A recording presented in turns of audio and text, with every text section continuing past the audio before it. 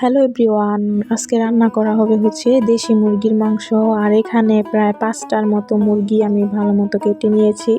আর এই পাশে হচ্ছে মা সবগুলা মশলা ভালো করে বেটে নিয়েছে। তার মধ্যে ছিল আদা, রসুন এবং কাঁচামরিচ বাটা। রান্নাটা হচ্ছে মাই করবে। এই জন্য কড়াইতে দিয়ে দিল পরিমাণ মতো তেল। তেল দিয়ে এখন দিয়ে দিব হচ্ছে জিরা এবং তেজপাতা। খুবই কম মশলায় রান্না করা হবে আর মাটির চুলায় রান্না করা হবে। এরপর দিয়ে দিল হচ্ছে পরিমাণ মতো পেঁয়াজ কুচি দিয়ে এখন ভালো করে পেঁয়াজটাকে ভেজে নিতে হবে। আর এখানে যেহেতু 5টা মুরগি, তো পেঁয়াজের পরিমাণটা বেশি দেওয়া হয়েছে।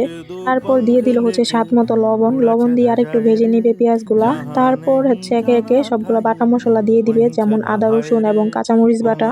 এই বাটা মশলাগুলা দিয়ে আবার ভালো করে হচ্ছে একটু কষিয়ে নিতে হবে, না হয় আবার বাটা মশলার একটা কাঁচা গন্ধ থাকে, যেটা নাকি খেতে ভালো লাগবে না।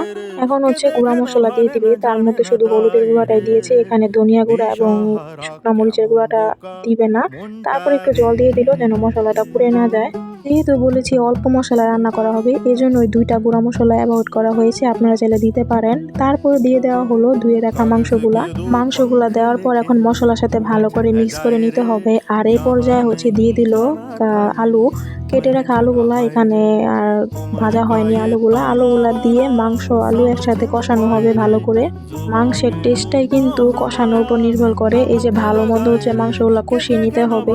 একে তো মাটির চুলায় রান্না, আর একে হচ্ছে দেশি মুরগির মাংস, পুরাই জমে যাবে একেবারে। এই যে দেখতে দেখতে কষানো হয়ে গেছে, এখন দিয়ে দিবে হচ্ছে পরিমাণ মতো জল দিয়ে এখন ভালো করে ঝোলটাকে ফুটিয়ে নিতে হবে। আর আমরা খাবো আজকে পাতলা ঝোল, জন্য হচ্ছে একটু বেশি পরিমাণে জল দেওয়া হয়েছে। জলটা দিয়ে এখন ভালো করে হচ্ছে তরকারিটাকে ফুটিয়ে নিতে হবে, মানে ঝোলটাকে। তারপর লাস্টে দিয়ে দিল হচ্ছে জিরা এবং গরম মশলা বাটা।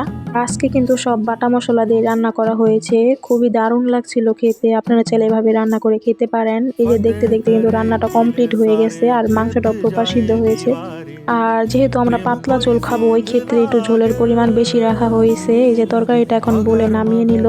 তো আজকের রেসিপিটা এই পর্যন্তই ছিল। যদি ভালো লেগে থাকে অবশ্যই লাইক, কমেন্ট এবং শেয়ার করবেন। আর চাইলে এভাবে রান্না করে খেতে পারেন। সো আজকের ভিডিওটা এই পর্যন্তই ছিল। Thanks for watching this video. Tata.